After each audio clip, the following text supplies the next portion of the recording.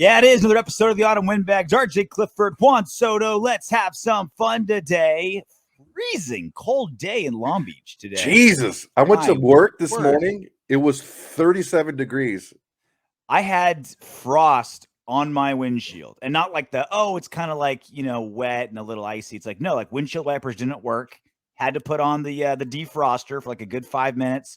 Windshield wiper one, ice down. Now the rest of the country's listening to this like, so Long Beach, rare occurrence. That's super cold. Very rare occurrence. So I had a friend from high school that went to college in Chicago, and he was like, oh, you don't know what cold is? I'm like, listen, bro, you being in Chicago does not make me feel any warmer. So you can save it. I feel the way I feel. That's that. I'm the biggest cold baby too. Chicago, top 3 cold I've ever been. I would say most cold, Winnipeg, Canada, because it's like North Dakota. It's freezing. Yeah, I was in Rochester, Minnesota, which is like maybe 100 miles from the border. Yeah, that was the coldest. It was like -10 or something like that. They had to send us a video, like. Anything on your face that wiggles, you got to cover it up. Like when it gets below 0, you got to cover everything. And we're like, huh? Like, yeah, frostbite sets in like a minute. Like, wait, what? Yeah. You can't do like deep breaths. Otherwise, like your lungs will freeze. It's like if you chug a beer too hard and like you hurt your chest. It's like that's what I feel. Basically as cold as the Raiders rushing offense. Or the offense in general. To be topical. Jesus. Yeah. Well, some good news for Las Vegas. Las Vegas is going to host Super Bowl in 2024. The Super Bowl was supposed to be in New Orleans, also an amazing place to host a Super Bowl. But because of a 17-game season, it got pushed back 1 week, which bumped into Mardi Gras that year. So, like, screw it. We'll give New Orleans another one. We'll move the Raiders. Because the Raiders, you know that the Super Bowl was coming to Las Vegas sooner rather than later. Yeah. And it just came like sooner rather than normal. That's like oh no, I mean, it's going to skip a year, but 2022, the draft is there. Then 2023, nothing. And then 2024, we get the Super Bowl. That would have been a party, though. Imagine Super Bowl and Mardi Gras. Oh, my God. The city would have been burned to the ground. Like, everyone who went there would just die of alcohol poisoning. Or even just out partied. Like, the autopsy's just like, oh, what was it? Drugs, alcohol, too late, STDs. No, he just tested positive for partying. Right? You partied there, right? One time. Only one time. I had an amazing time. It wasn't for a fight. It wasn't for Mardi Gras. It wasn't for a bachelor party. It was just a bunch of my college buddies were like, let's go to New Orleans. We've never been before. We all went, had a great time. It smells like barf, huh? Is what? It smells like barf, huh? When you're walking around, you're like, yeah. What the fuck is that? Yeah. I guess in the summer, the smell gets way worse for obvious reasons. We went like early spring where the weather was nice. Like I wore just like a t-shirt and jeans, but it wasn't the like beating down muggy hot. Like it was a good time to go. Highly recommend it. I almost like tore my knee apart. I stepped in a pothole that was like obscenely deep. I just didn't see it. And I thought I blew my knee out. I was like, oh shit, there it is. I'm going to spend the rest of my trip in the fucking hospital. That's one of those injuries that you explain to your coach. You're like, oh, I blew out my knee. Oh, you're training in the off season? No, I was hammered at Mardi Gras. Stepped on a pile of drunk chicks and blew up my ACL. I didn't tell him I was training for Beer Fest. Yeah. So what do you think this will do for Raiders fandom in Las Vegas? Because, we're both in Southern California, but I'm in Vegas every weekend. Like I'm not exaggerating. Like just at least 3 weekends a month, I'm out there, and I see Vegas signs everywhere. Vegas Raiders hats, Raiders jerseys. No joke. An Uber driver that picked me up last week, just like a few days ago, he had Raiders face mask, Raiders dice in the mirror, actual dice, but with the Raiders logo on. That's pretty sick. Raiders seat covers, Raiders license plate cover. Like he was all Raidered out. And it was funny because I walked in and was like, yeah, Raiders had a tough one last week. He's like, I don't even want to talk about it. And spent the next 30 minutes just talking Raiders the entire time, right? But even with what appears to be like a big fan base in Las Vegas, they can't sell that place out with Raiders fans. It's just all away teams. Not all. That's unfair. But like teams that travel fantastic in Las Vegas, and we just can't get a decent home game. I mean, it's the nature of the beast. We talked about it in the preseason. once the tickets go to sale and once you get to the resale, because you can see those. You see it with anything that's like shoe drops, anything, and tickets, concerts. The bots are going to get a bunch of it, and once the bots get it, they don't care who it goes to. I just want your money. Yeah. And it's a good destination to go because there's a ton of stuff to do other than the game, and that's one of the prerequisites of destination cities for watching your team play on the road. And yeah, man, it's been pretty rough the last couple games at home. Well, it's a combination of all the things that we mentioned, right? Like if you're an away team and you see Las Vegas on your schedule, if you're Pittsburgh or Cleveland or Cincinnati, like that's where you want to go, right? Like it's such a great destination, and you have all the casinos buying up season tickets to give to high rollers, right? Like that's why they want them so close to the casino. Like they literally are making that stadium makes it as impossible as possible.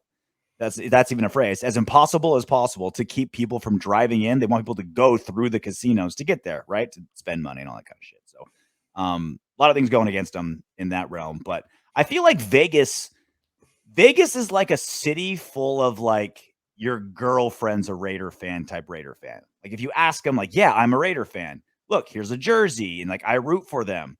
But they're not like a hardcore fan base. I get it. They've been there a season and a half, but they're not like a fan base that's, there come hell or high water, knows the Raider chant, which isn't overly complicated. And yet, like Graphic Raider who came on with us, last week or 2 weeks ago, whatever it was, it's like, yeah, like they don't even know that. So like they cheer really loud when the Raiders are on offense. It's like, I feel like I hope that the Super Bowl can bring kind of some like veteranship to the Raider fandom in Las Vegas, that kind of let them realize like what real football's like. Just not the game itself, but the hoopla that goes up to it, right? The months and months it takes to plan, the weeks and weeks that media is there and the events are going on, and just kind of like just a real injection of like the highest caliber level of football. Maybe like a learning lesson for our Las Vegas brothers to learning how to be Raiders fans.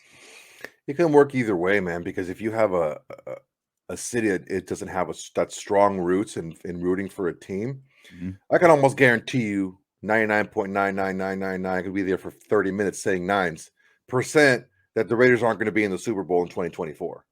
So when the NFL pumps up the Super Bowl and advertises the Super Bowl that year, it's going to be the two teams that are in the Super Bowl.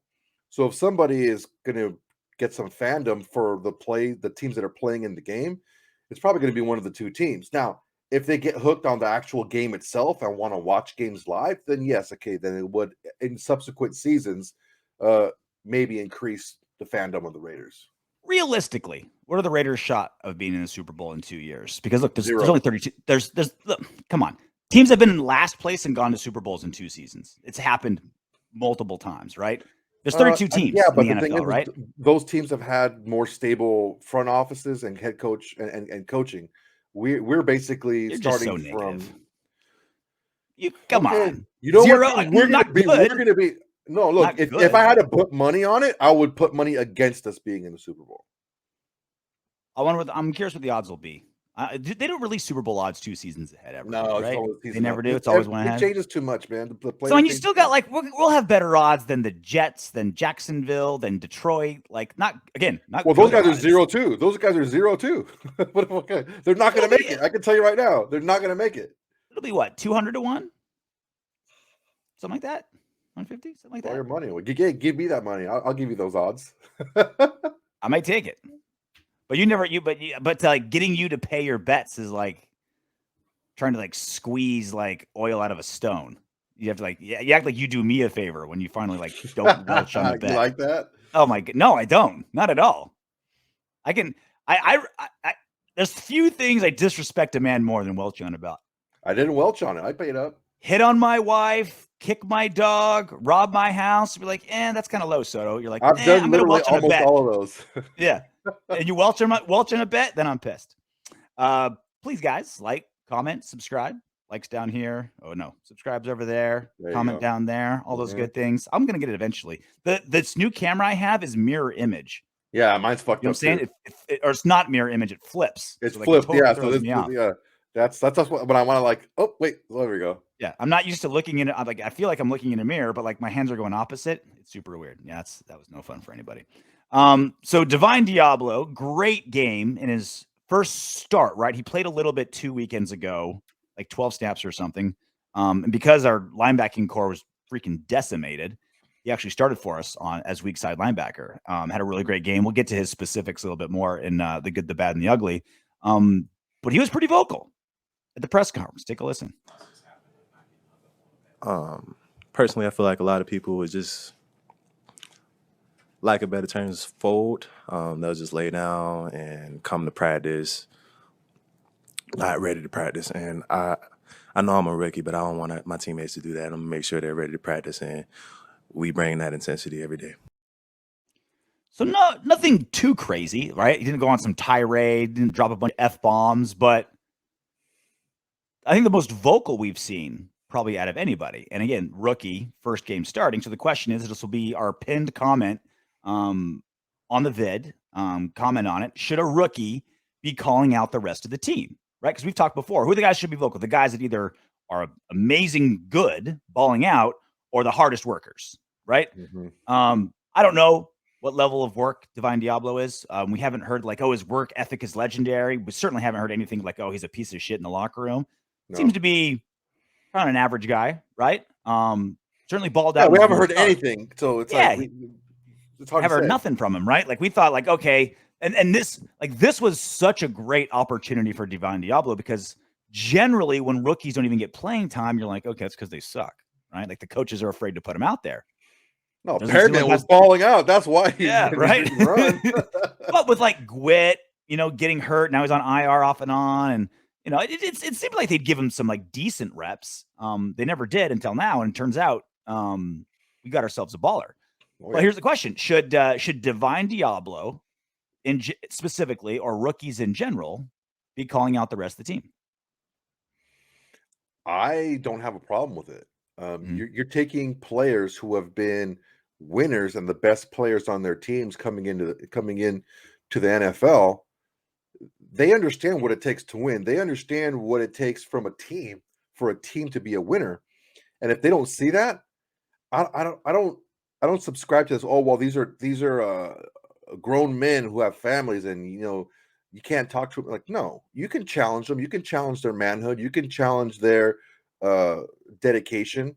You can challenge that. I don't have a problem with it. There's a kind of a school of thought out there that if someone's doesn't make more is not as successful as you are, you shouldn't take any advice from them. Only take advice from people who are more successful than you. Like, wait a second, you can learn something from everybody. Everybody can teach you something if you just gotta pay attention to what the person is saying and process the information. So I've never discounted anyone who's talked to me, from a guy on the bus to a guy I've worked with to a boss to anyone. If someone wants to tell me something and give me a piece of advice for whatever reason, I'll think about it. And sometimes it's bullshit, and sometimes you get something out of it. So I don't have a problem with a rookie or anyone else calling on a team. To your point, a homeless guy was the guy that taught me about the brass monkey. Really? The 40 ounce of Cobra, and you just drink the neck and fill the rest of it with orange juice. It was a homeless guy. Was at a liquor store, and I walked out with a Cobra. He's like, "Oh, you're making a brass monkey?" I'm like, "No, I'm just, is that what homeless guys call 40s?" It's like, "No, you drink half the neck, fill the neck with orange juice, and it's amazing." I was like, "Oh," went back in, bought an orange juice, and said, "High five, homeless guy. You made my life better. Thank you." Hope you keep your toes. It's fucking cold out there. I'm kind of with you. Like I said, Divine Diablo wasn't ripping anyone specifically, wasn't throwing out F-bombs. Just like, look, like when I see guys fold, like we got to practice better. Because normally we've been hearing like practices have been going well, games have just been shit, right? This is the first time we've kind of heard, all right, maybe practice, at least from one guy's perspective, a rookie's perspective, maybe practices aren't what he wanted them to be. The other flip side could be too, in college, like you practice a lot. In the pros, with the Players Association deal, you never practice. Most of your practice is mental.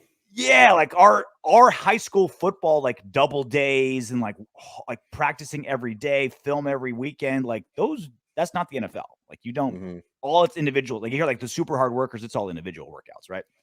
So maybe it's partly that. if I'm the big question is like, look, if I'm Brandon Parker, I'm hearing that. Hopefully, I'm taking it to heart a little bit. If I'm Darren Waller, Casey Hayward, Derek Carr, if I'm like a leader, like, Pro Bowler type guy, what am I thinking? If a rookie who started one game is saying like, look, this team fell flat. These guys folded. Do you take it to heart because it's a new voice, or you kind of like, fuck this scrub? If you're just up your own ass, then you just tell them now, whatever, it's a rookie.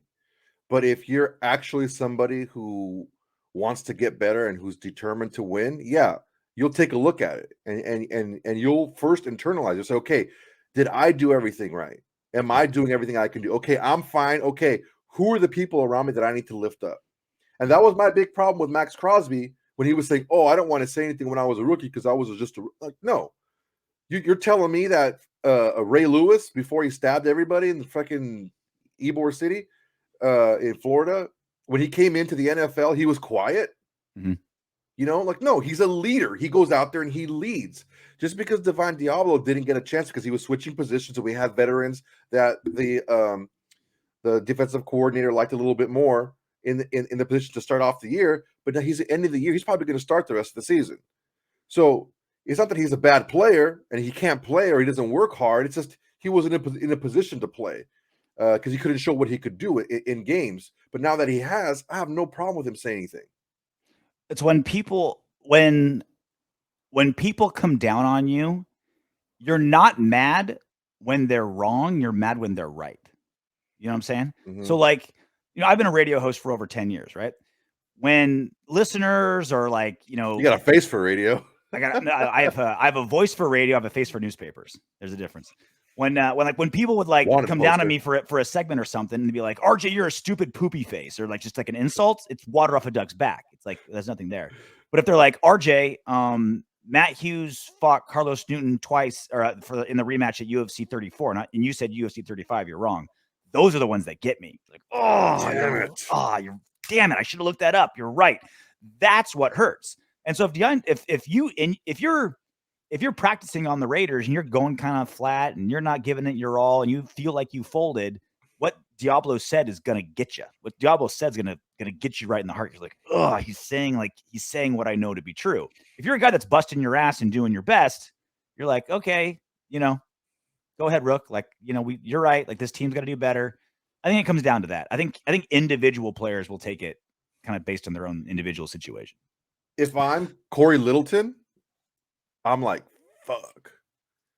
Because he beat himself up this offseason. I think Corey, we want to hate him because he's paid so much and playing so poorly. But he's never been the guy that's like, no, it's the team's fault, or I'm playing great, or I'm just not getting set up, or it's the coordinator's problem. He's like, this whole offseason is like, damn it, I gotta get better. He didn't. He's gotten worse. Yeah.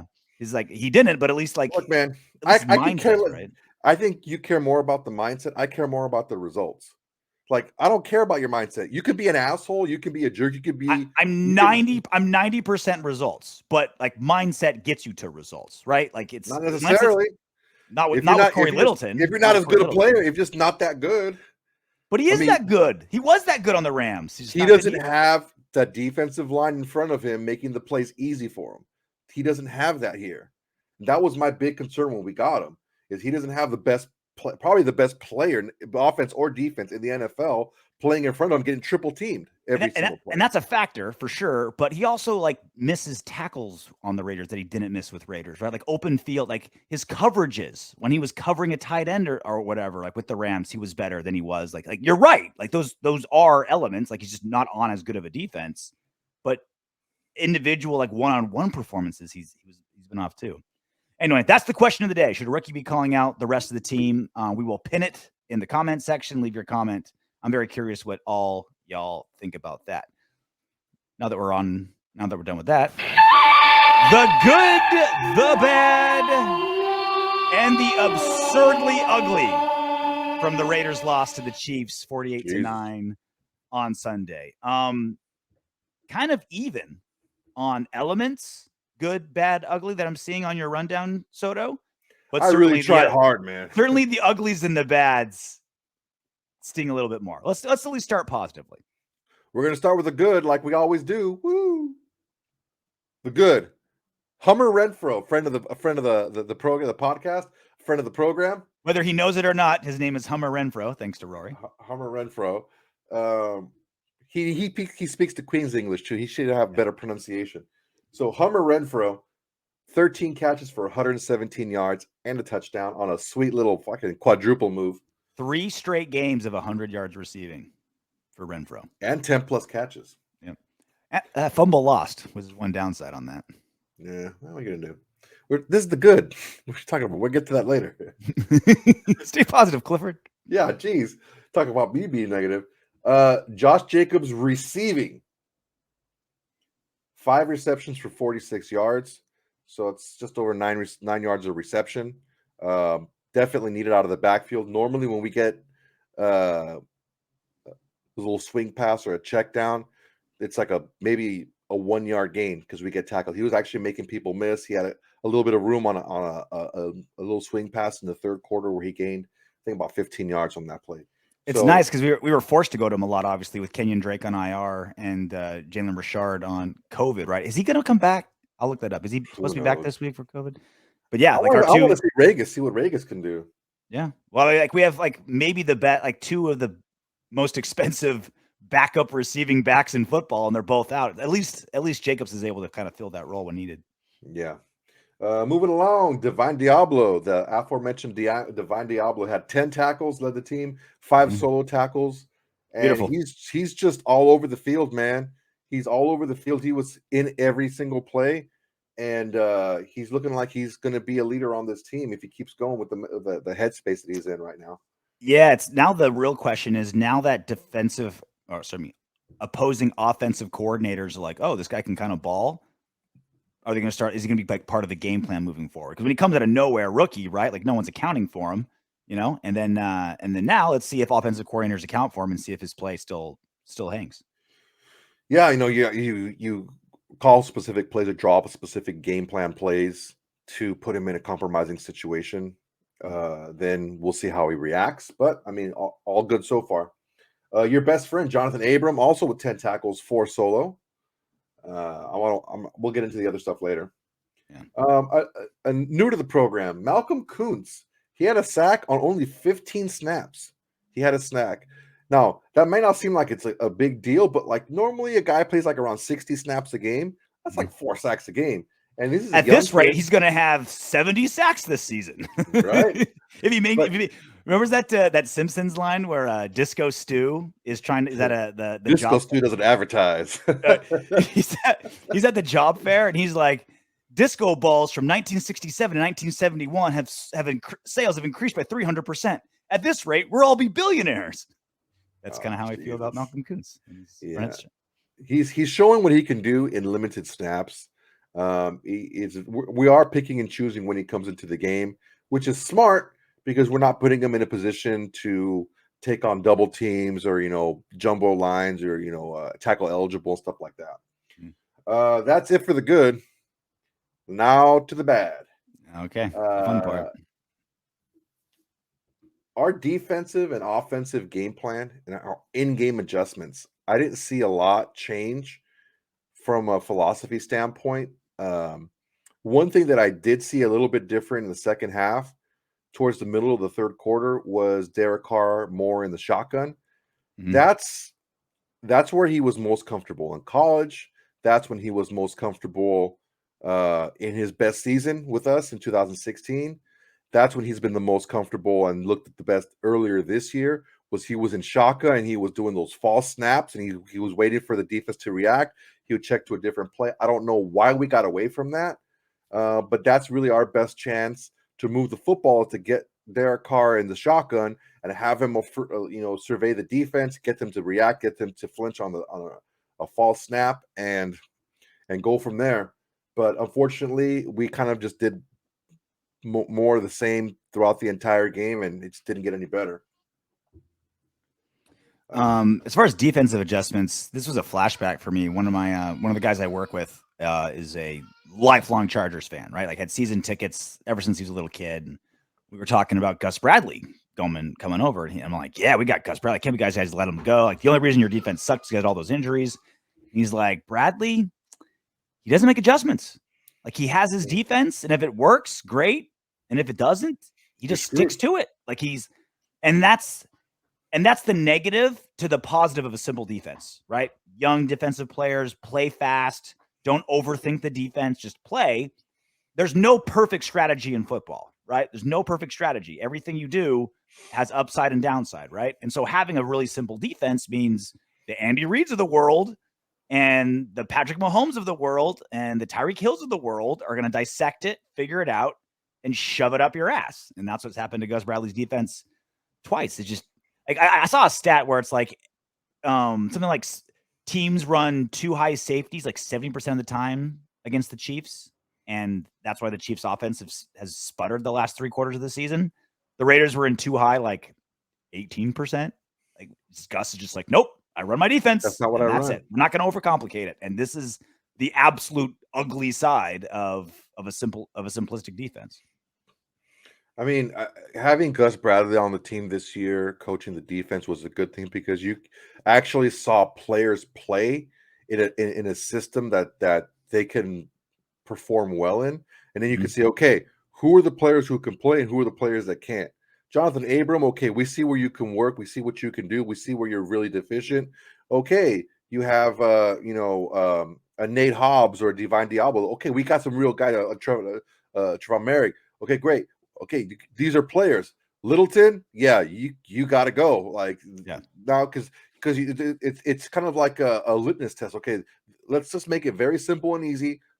Vanilla defense. Let's see if you can play.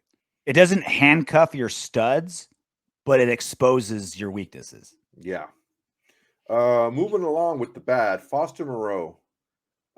He had 3 catches for 13 yards and 3 drops. Some bad drops. Bad drops. Drop that turned into an interception. One of them to an interception. There was a fumble. The fumble by Renfro. No, it wasn't by Renfro. It was by Zay Jones, I believe.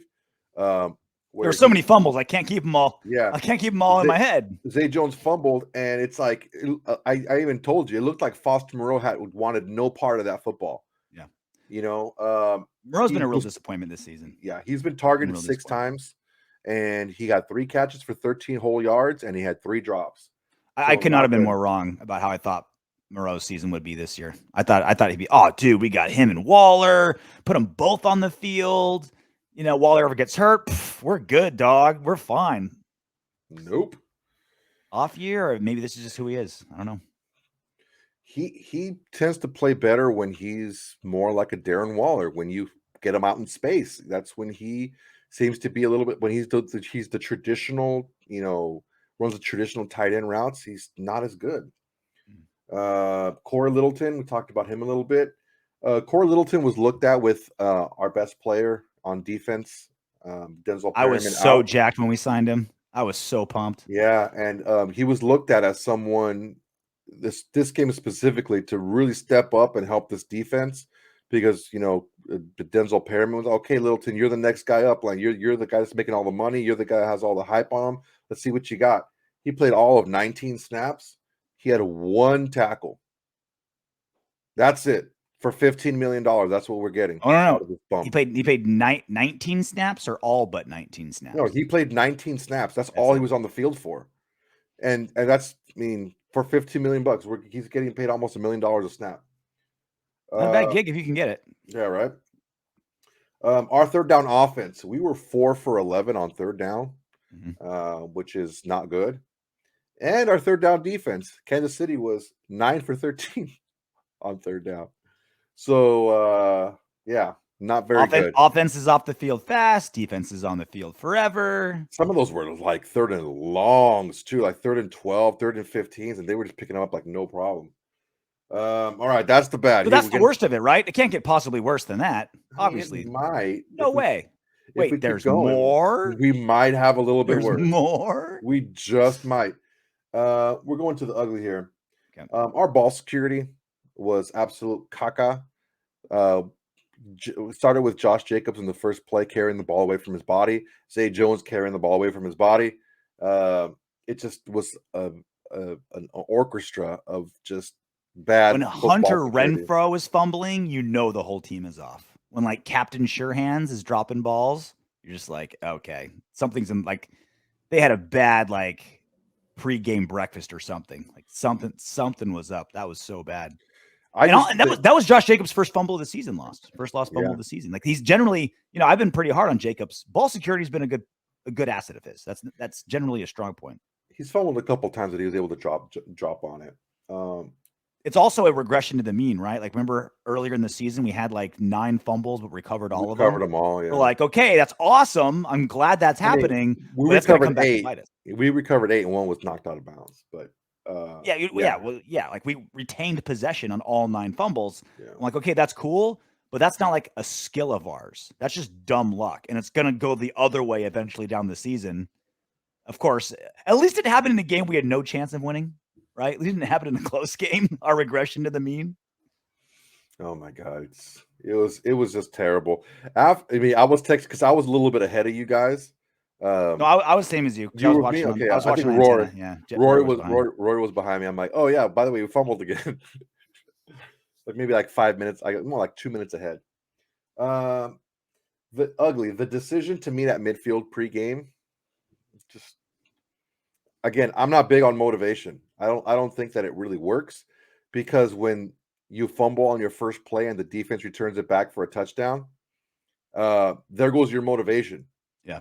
And I'm not a big proponent of hyping yourself up and pumping yourself up and like false confidence. I'm just not a big proponent of that. My fucking cat's fucking around over here. Well, look, it's desperate times, desperate measures. I mentioned in the post-game show, try something, anything. Like if it blows up in our face, all right, we're 9.5-point underdogs, like whatever. Clearly this is what blew up in their face. Like, all right, that didn't work. We're never going to do that again, hopefully. That didn't pan out well.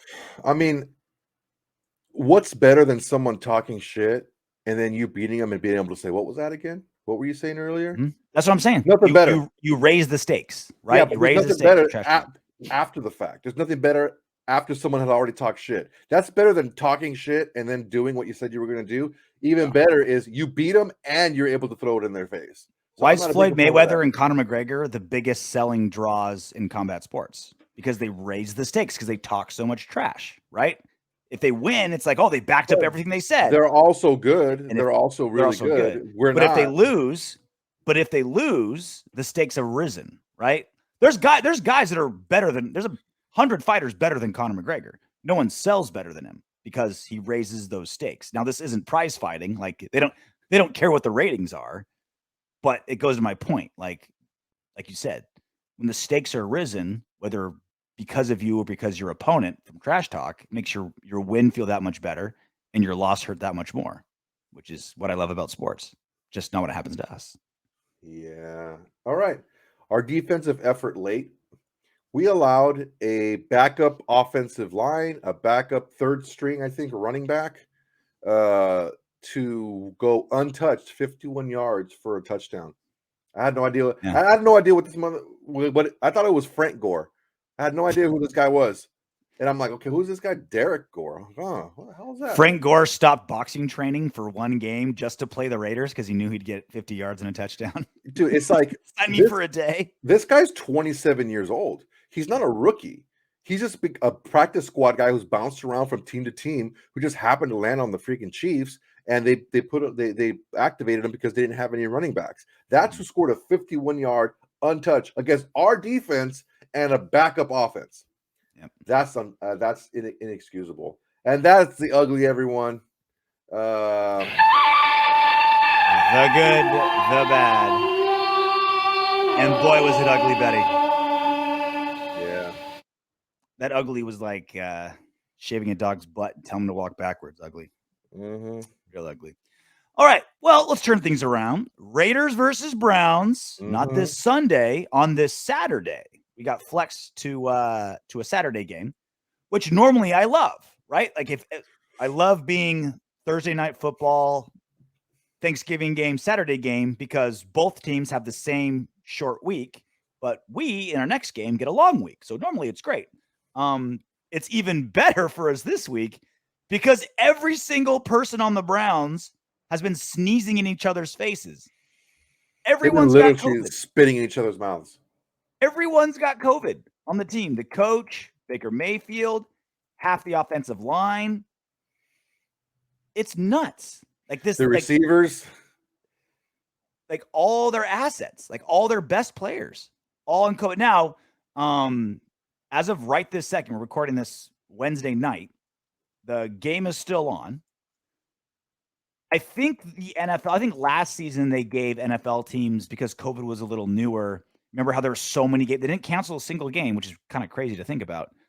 But they would push a lot of games back, right? We got like Tuesday, Wednesday games sometimes. Play games, let guys kind of, get out of COVID protocol, stuff like that. I feel like the NFL is like, nope, you guys, we have vaccinations now. You've had a whole season to learn how to do this. We're not canceling games. Yeah, we gave you a bigger practice squad. We gave you like different practice squad rules now. So, COVID IR. Yeah, we got you plenty of chances to be able to make this work. So the list currently, Baker Mayfield. So that means Case Keenum would probably be the backup. It went bad. The coach, John Johnson, safety, cornerback Troy Hill, defensive tackle Malik McDowell. That was added today, Tuesday.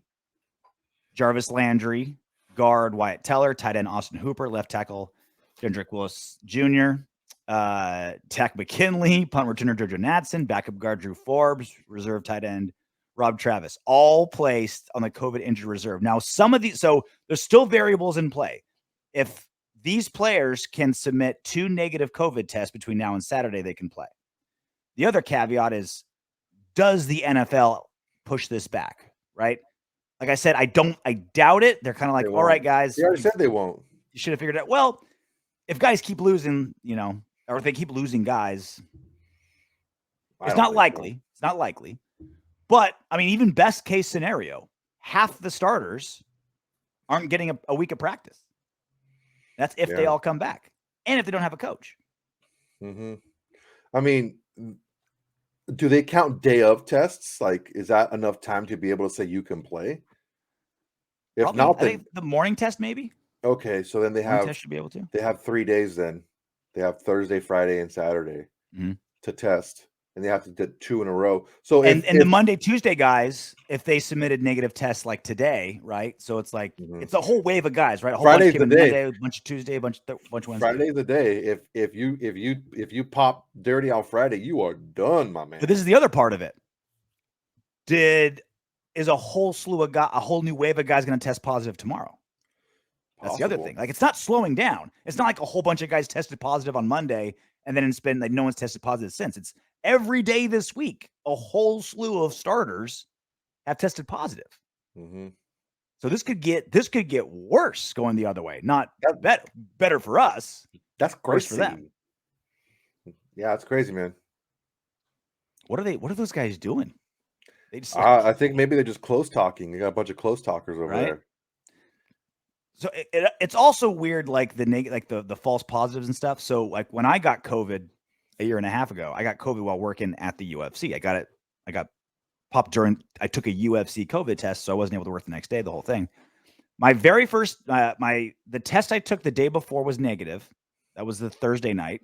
Friday night test came positive, and then I took 3 more tests every single day, so I took 5 tests in 5 days. They went negative, positive, negative, inconclusive, positive, and then I didn't feel symptoms until the 5th day. Like, that's how weird and wild this is. Like, for people who haven't had COVID or aren't that full, like all these like positives could be weird negatives, or it could be like me where it's just like developing slowly.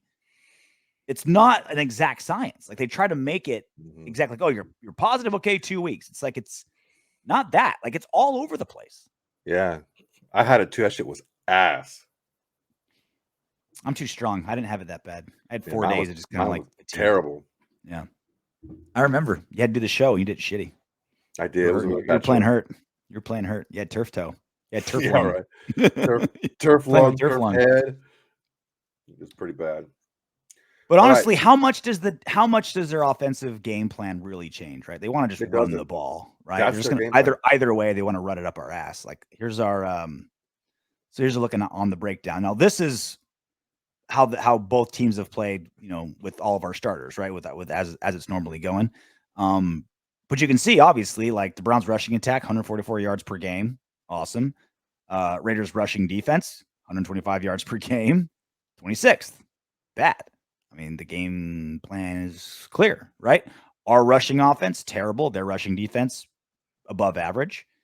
Our passing offense, amazing. Their passing defense, terrible. I guess them running it down our throats and us slinging pigskins is more or less what the game's going to be, regardless of who they've got under center. Yeah, and one thing you have to look at, too, is Kareem Hunt's been out most of the year. Mm-hmm. And Chubb's been out quite a bit of the year too. They had Dearness Johnson, who had a couple of really killer games in his stead.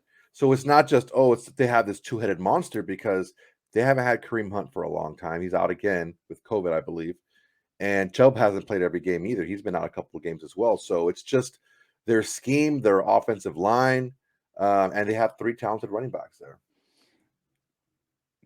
Case Keenum had the line of the day. Browns Case Keenum on the opportunity to play with Nick Chubb. Having a full Chubb back is really going to be good.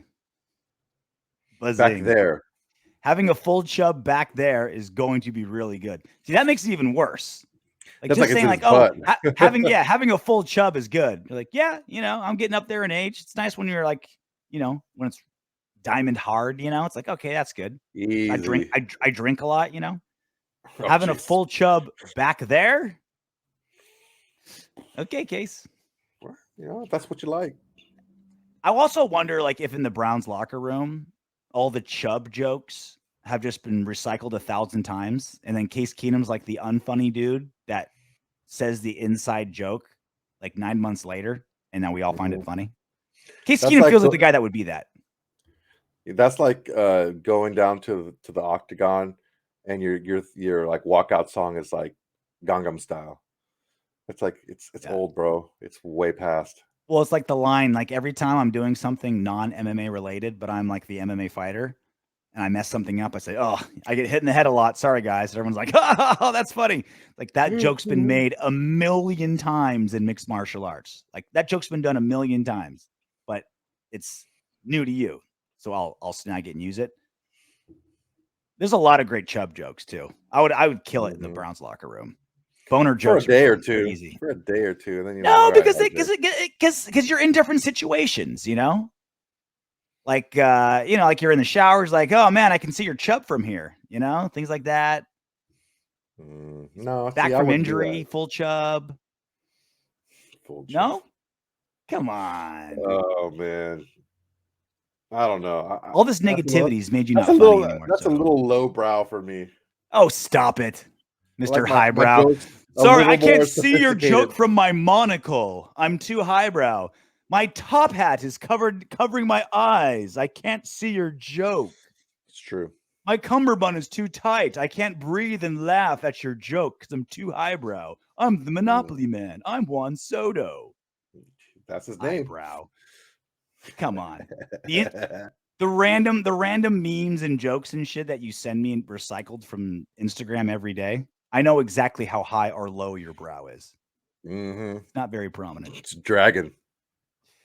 So that's the Browns on Saturday. 1:30 on the West, 4:30. I won't be able to do the post-game show because I'll be working. So hopefully we'll get Rory to fill in for me. You and Rory will handle post-game duties. If not, it's just me. If not, it's just you and the listeners. So come in with a lot of questions. Yeah, come with a lot of questions, all that, and try to be positive because otherwise, we know how negative Soto wants to be, and we got to try to like spin some positivity in this show. Try to keep it fun, Otherwise, you just be wallowing in filth. Like I can't, all sharp objects we got to keep out of your office on Saturday because I'm not there to chipper you up. I'll figure something out. Yeah, get some M&Ms or something. Ready to do some What Up Windbags? Oh, you know it. VL8962. I've never seen an organization live off of its past success for so long while milking its diehard fan base for every cent we have. Facepalm emoji. Mark has to go. The NFL wants it. The fans want it. A lot to digest here. It's true. If you're like 50 and older, Raiders to you means winning. It was like the most winning franchise in sports. Like it meant winning on the biggest stage, winning at all costs, just win, baby, playing hard. That was the brand, and it was well earned. And honestly, it was earned so well that it still kind of lingers today, even though obviously the recent play doesn't mirror it. But because the Raiders were so badass and powerful in their prime, even decades later, it still kind of lingers, right? It's still part of the culture. It's still part of the idea, even though the play certainly doesn't compare to it. But that's been like, there was a Ryan McKinnell who we had on our show, who's a Las Vegas radio host. He hates the Raiders history because that's all they've been really pushing as soon as they moved to Vegas. Is like, look at our history. Like we got John Gruden who won the Super Bowl, and the Raiders have this great legacy because they can't sell recent success. So they're selling history. No. Yeah. And like that's, again, we were talking about Las Vegas earlier in the show. You know, Las Vegas, like their hockey team went to the Stanley Cup first season. They won the Stanley Cup. They only know winning. And that's why, and there's such a rabid fan base for the Golden Knights, because you're coming and you go straight to the top out of the gate as essentially an extension team. Like, okay, we get it. But this whole idea, but you know, like the Raiders kind of milking their past success. It's like, what else are they going to milk? Like you sell what's sellable. That's the only thing really marketable about the Raiders. John Middlecoff had on his podcast today was talking about how the Raiders need a rebrand. New colors, new look, new everything. I'm like, hell no. No way. No way. The Raiders have one of the most, and that's the problem, is like expanding the Raiders brand, expanding the Raiders fan base is going to be hard when they lose. But there is such a die-hard fan base that through the last 2 decades of losing have stuck by, been loyal, and are still diehard. Like people talk about like, oh, the Steelers have such diehard fans. The Pats have such diehard fans. No, they don't. They have fair weather fans, but the team always wins. That's why they have diehard. Try being Detroit. The Lions have diehard fans. The Raiders have diehard fans. Don't give me this like, oh man, the these Rams. Oh, that's diehard fans. They won a couple in St. Louis. Like that's it. Like they're not diehard fans. Hell no. Do you want Mark Davis to, like, take away the plausibility of it happening? Do you want Mark Davis to sell the team? Yeah. Because it's part of it's also devil you know versus devil you don't. Like it could be another Dan Snyder buying the team, or some like foreign conglomerate buying the team, or like someone doesn't give a shit about someone that would rebrand the Raiders, right? Like that's a real possibility. If Mark Davis sold it to just some random billionaire that doesn't care about football, he just wants the prestige of owning an NFL team. Because I'm with you. Like obviously he hasn't ran a great team, but could it be worse? Could it be like the few things that still hold strong for Raider Nation? A new owner would just piss all over it because he doesn't care. He just wants. He's just looking at the bottom line. Better? But could it be better? But could it be better? That's why I asked. Do you roll those dice? I don't know. We've seen who he is now, and he has to get really lucky and change a lot of his tendencies for us to go in the right direction. Paige Pelican. After listening to Jacob's name drop Kirby, it sounds like he's really missing his running backs coach emotionally, mentally, and in terms of in-game decisions. Do you think that's the case? I just think that I can never gauge have a lot position coach. Yeah. I can never gauge position coaches and their relationship with their players, because that's such a like deep down, right? Like you got to be like in practice to see that. It's hard to see it from the outside. You're not going to see it in games. You're not going to see it in press conferences.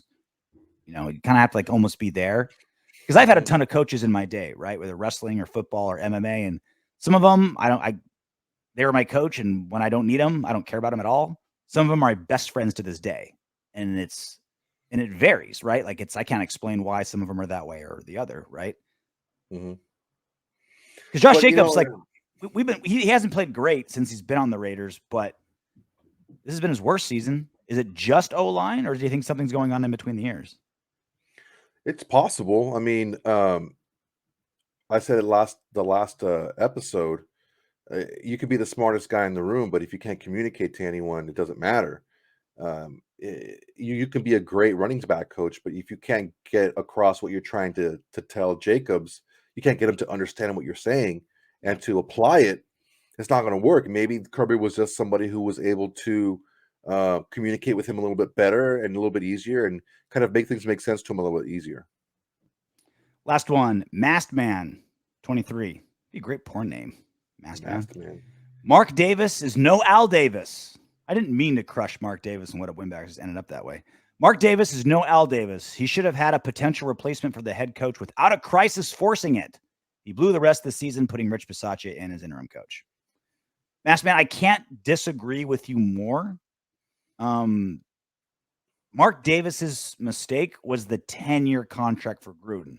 Once that was done, you're not planning on replacing him. Like, he had 7 more years on his contract. That's like the one job in that building where you're like, okay, I don't have to think about it. I don't have to think about head coach, right? So this whole idea of like, oh man, you should have had something, a plan B. It's like, no. Now plan Bs are good when you really need a plan B, but this is not a time when you needed a plan B. Ask Juan Soto Jr., who doesn't exist because of a good plan B. The other part, that's highbrow. There you go. Am I getting there? He blew the rest of the season, putting Rich Bisaccia in as interim coach. I still think he makes perfect sense in that situation. Like, you don't want to pull your offensive coordinator off of offensive coordinator. You don't want to pull your defensive coordinator off of defensive coordinator. Rich Bisaccia's been in the league 50 years. He's not going to come in with a power trip and try to change everything. He's been like, okay, let's not drastically alter what's happening here. I feel like this is going to turn into like a destruction of Rich Bisaccia's career. I mean, he'll still have jobs, right? But he got thrown into such a terrible situation, didn't handle it great, and is going to look proportionally worse from it all. I mean, it's going to be a weird kind of. It should be a time when he looks back and says, like, when he's retired and he's got his grandkids on his lap, he should be like, I was an NFL head coach for 3/4 of the season. Like, it was awesome. Like, I got to live a dream that a million coaches all over this country wish they could do. A job that almost every red-blooded American man says he can do better, including you and I, right? Like, I actually did it. I actually got to do it and put my balls on the chopping block. And when I was right, I was right, and when I was wrong, I was wrong.